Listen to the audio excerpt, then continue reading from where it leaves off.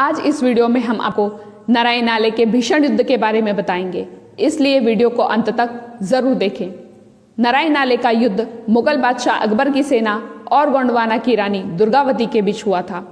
अकबर ने मुगल सेनापति आसफ खां को 10,000 घुड़सवार व हजारों की पैदल फौज देकर गोंडवाना पर आक्रमण करने भेजा। रानी दुर्गावती की सेना में 20,000 घुड़सवार और 1,500 हाथी थे, लेकिन ये फौज रानी दुर्गावती ने अपने राज्य में दूर दूर तक फैला रखी थी। इसलिए जिस समय मुगल फौज ने गोंडवाना में प्रवेश किया, उस समय रानी दुर्गावती के साथ मात्र 500 सैनिक थे। अकबर का दरबारी लेखक अबुल फजल भी रानी दुर्गावती की प्रशंसा किए बिना नहीं रह सका।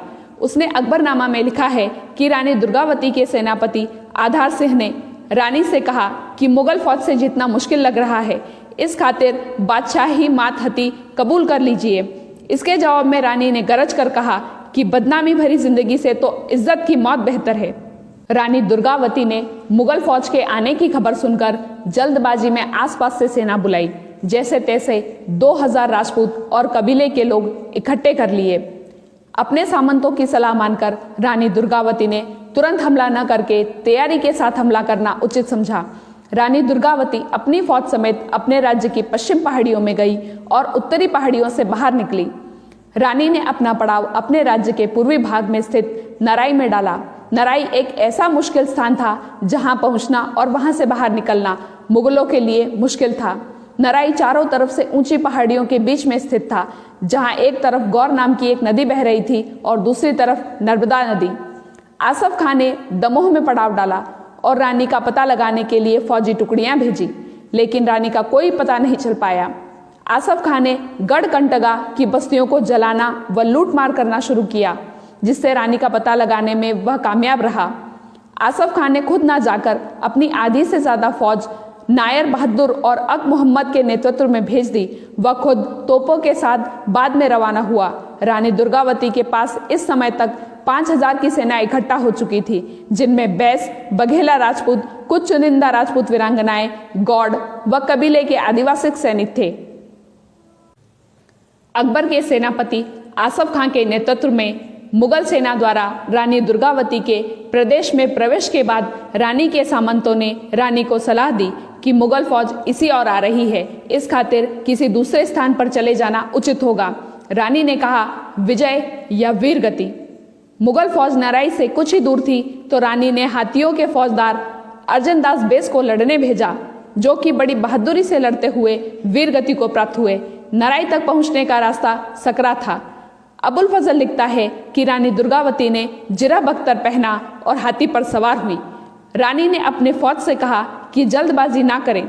जब मुगल फौज सकरे रास्ते से यहाँ तक आए, उसके बाद हम सब अलग अलग तरफ से उन पर टूट पड़ेंगे। एक बेहतरीन जंग शुरू हुई और दोनों तरफ से कई लोग मारे गए।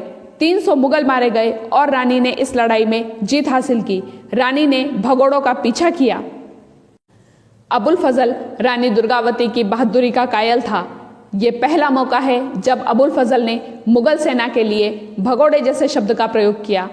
मुगल फौज भागकर कुछ दूरी पर ठहर गई और अगले दिन फिर हमला करने का विचार किया। रानी दुर्गावती ने अपने साथियों से कहा कि हम आज रात को ही मुगल फौज पर हमला करेंगे। यदि अभी हमला नहीं किया तो कल आसफ खां तोपों के साथ यहाँ तक आ जाएगा और फिर उन्हें हराना मुश्किल हो जाएगा। रानी के इस प्रस्ताव को अधिकतर साथियों ने खारिज कर दिया। इस वजह से रानी फिर अपने निवास की ओर लौट गई। अगले दिन सुबह वही हुआ जो रानी ने सोचा था। आसफ खां के नेतृत्व में तोपों से लैस मुगल फौज ने सकरे पहाड़ी रास्तों पर नाकेबंदी कर दी। जब प्रशंसा शत्रु खेमे से हो तो वह सुनने में भी बड़ी खुशी होती है। अबुल फजल ने रानी दुर्गावती के अंतिम समय का रोचक वर्णन किया है। अबुल फजल लिखता है कि रानी दुर्गावती अपने बुलंद और उत्सुक हाथी पर बैठी, जो कि उसके सभी जानवरों में सबसे बेहतर था। उसका नाम सरमन था। रानी ने हाथियों को अपने सैनिकों में बांटा और लड़ने को तैयार हुई। मुगल फौज को तीरों और बंदूकों से लेकर खंजर और तलवारों से होने वाले हमलों से बचकर सकरा रास्ता पार करना पड़ा। रानी दुर्गावती के बेटे वीर नारायण, जो कि बीरसा के नाम से जाना जाता है, उसने बड़ी बहादुरी दिखाई। दिन के तीसरे पहर तक भी लड़ाई चलती रही। राजा बीरसा ने मुगल फौज को 3 बार पीछे धकेला। पर तीसरी बार वह सख्त जख्मी हुआ। रानी दुर्गावती ने फौरन अपने खास सिपाहियों को भेजा ताकि उसे लड़ाई से बाहर निकाल लाए। रानी की तरफ से बहुत से बहादुर मारे गए और बिरसा के साथ बहुत से सैनिक लड़ाई छोड़कर निकल गए, जिस वजह से रानी के पास महज 300 सैनिक बचे। लेकिन इससे रानी के बर्ताव में कोई कमजोरी नहीं आई और वे अपने बचे कुचे बहादुर साथियों के साथ लड़ती रही। एक सख्त तीर रानी की दाईं आंख में लगा और रानी ने बड़ी बहादुरी से बिना घबराए तीर को निकाल फेंका, पर तीर का नुकीला हिस्सा टूट गया और आंख में ही अटक गया। तभी एक और तीर रानी की गर्दन पर लगा। रानी ने इसे भी निकाल फेंका, पर बहुत ज्यादा दर्द के चलते उस पर बेहोशी छाने लगी। रानी ने इस हालात में भी सूझबूझ से काम लिया और अपने हाथी के ठीक आगे वाले हाथी पर सवार आधार को आवाज लगाई और कहा कि मैंने तुम्हें अपनी सेना में अहम पद पर रखा और वो कर चुकाने का दिन आज है। भगवान के लिए मना मत करना, क्योंकि मेरे लिए भी इज्जत से मरने का मौका आज ही है। मैं अपने दुश्मनों के हाथों में नहीं पड़ना चाहती। इस खातिर तुम एक वफादार सेवक की तरह अपनी कटार से मुझे खत्म कर दो। उस वफादार आधार ने रानी से कहा कि मैं कैसे उन हाथों से आपको मौत दे सकता हूं जिन हाथों ने हमेशा आपसे तोहफे लिए हैं।